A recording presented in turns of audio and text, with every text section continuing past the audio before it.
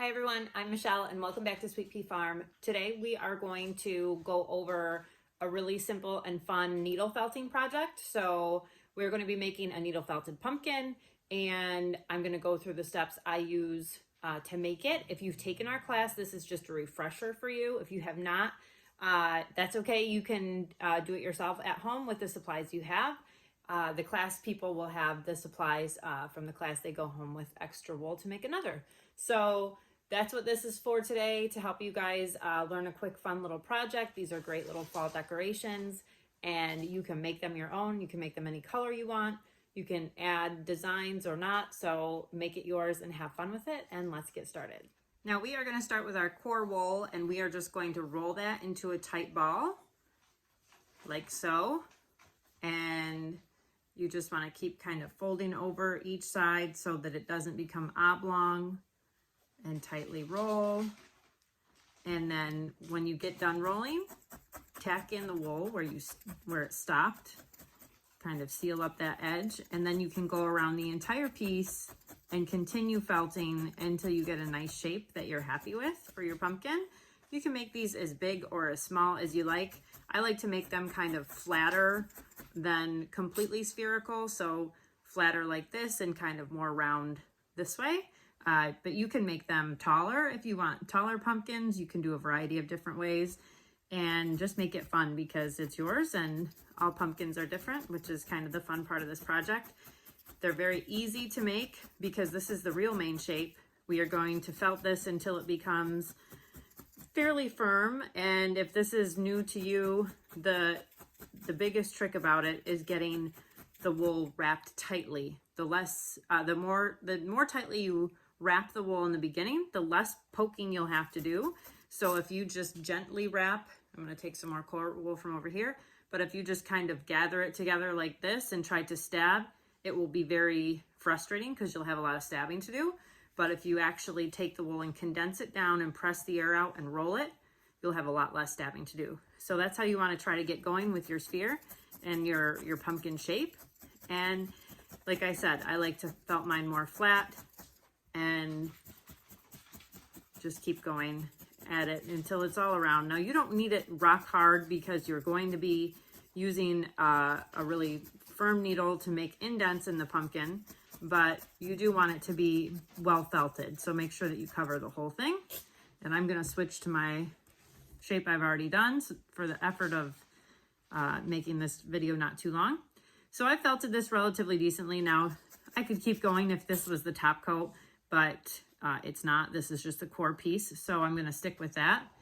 Now in your kit came a different color orange, but I'm not using that today because I need to save that for some more classes that we're doing.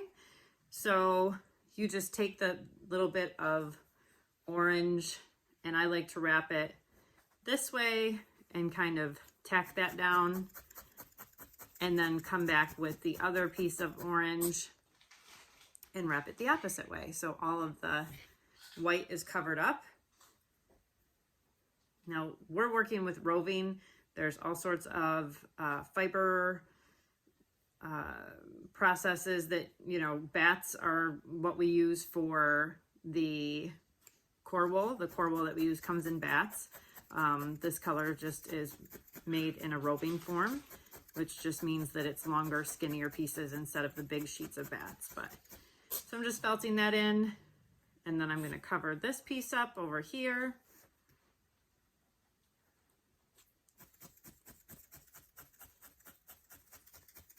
So we're going to cover all the white up and keep felting and come back when we're done.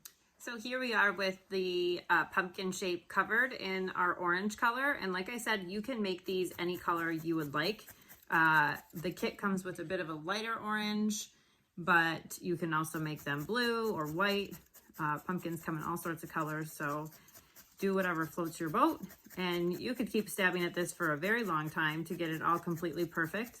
For the sake of the video, we're just going to keep going with where it is. And we're going to decide what the top and the bottom of the pumpkin is. And I am going to consider this the top and take a very thick needle and just make an indent in the middle by repeatedly poking in. This is where the stem is going to go, but it's also just a way to mark the center. so that when we make our lines, it is a little bit like an anchor point to make our lines from. So there's the center, and now we're going to quarter off the pumpkin with some deep lines. Just like the pumpkins have ridges, we're going to just go up and down a few times on the line with that thick needle, stabbing fairly deeply so that we can get that nice indent to show. It kind of looks like a butt cheek right now, but that's going to change in a minute.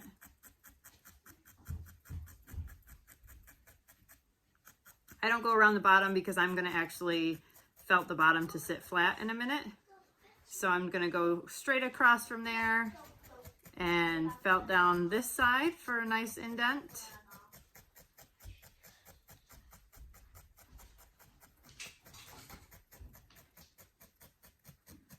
And again, you can make these as deep or as shallow as you'd like. It's up to you.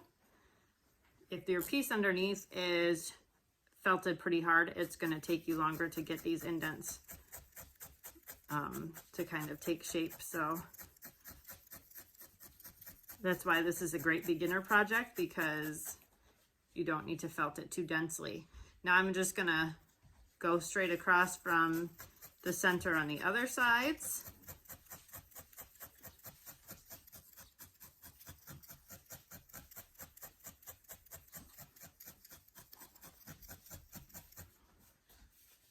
So we have 3. Going to make the 4th straight across from our last one.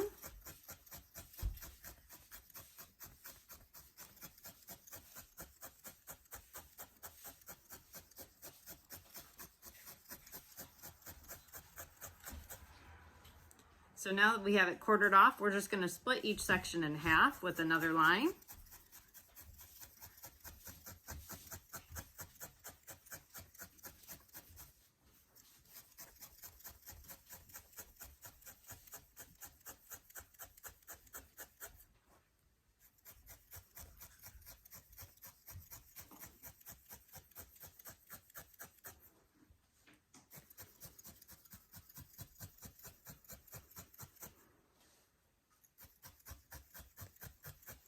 Some of these aren't going to be perfectly even, but that's okay. In nature, pumpkins aren't perfectly even either.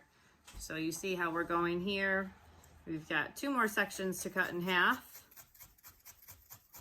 before we add our stem and our finishing touches. When I used to do pumpkins, I used to make the stem green, but this year I've been making the stem brown, and I think I like those better, but you can do whatever you like. If you're working from one of our kits, then there is green and brown in there, because I use the green for the little tendrils, but you can use the green for the stem if you prefer. So that's the fun part about felting, is that you can make it your own and do it any way you like. You don't have to follow any rules. And this is just a suggestion of a way to make a pumpkin. And like I said, you can do totally different shapes in many different ways, different colors, different kinds of indents. So that is the indents, and this has pulled some fiber away. So I have a little bit here. I'm just gonna cover up the spot that it was made bare from indenting the sides there. It must have pulled the fiber in a way if I didn't have it felted in super tight. And so we're just gonna cover that in so we don't have any bare spots, and then re-emphasize that indent. Okay, we're almost done. We're gonna get our stem and our tendrils on. So you can set the pumpkin aside, and for me, I'm gonna take a little bit of brown. If you'd rather use green or whatever color you wanna use, go for it. But you're just going to roll it down into a cylindrical shape, and then stab along each side to get it to stay in shape.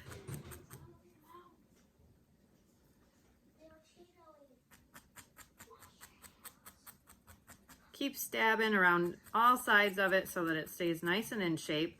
You're going to want to leave one end fluffy, the end that you're going to attach to the pumpkin, and the other end, or the top of the stem, you just felt directly into the top, and that makes it flat. So just do that and it'll make a nice flat top to the stem.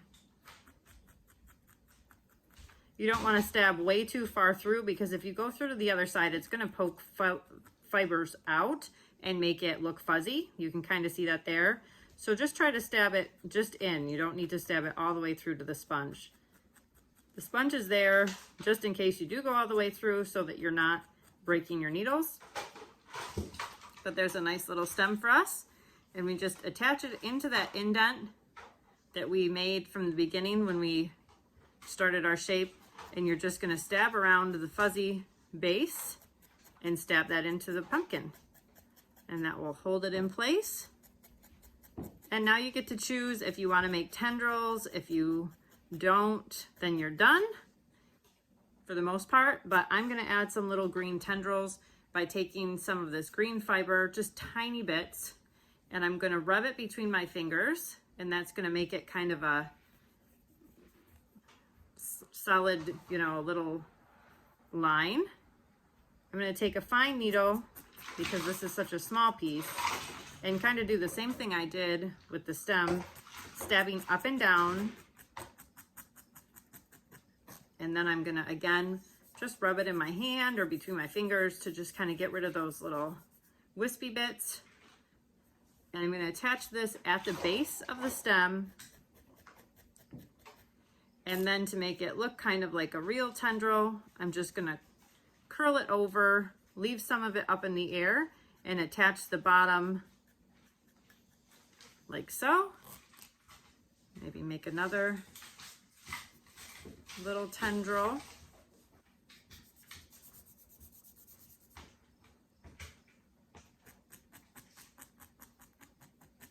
Same way we did before. And put this off to the other side.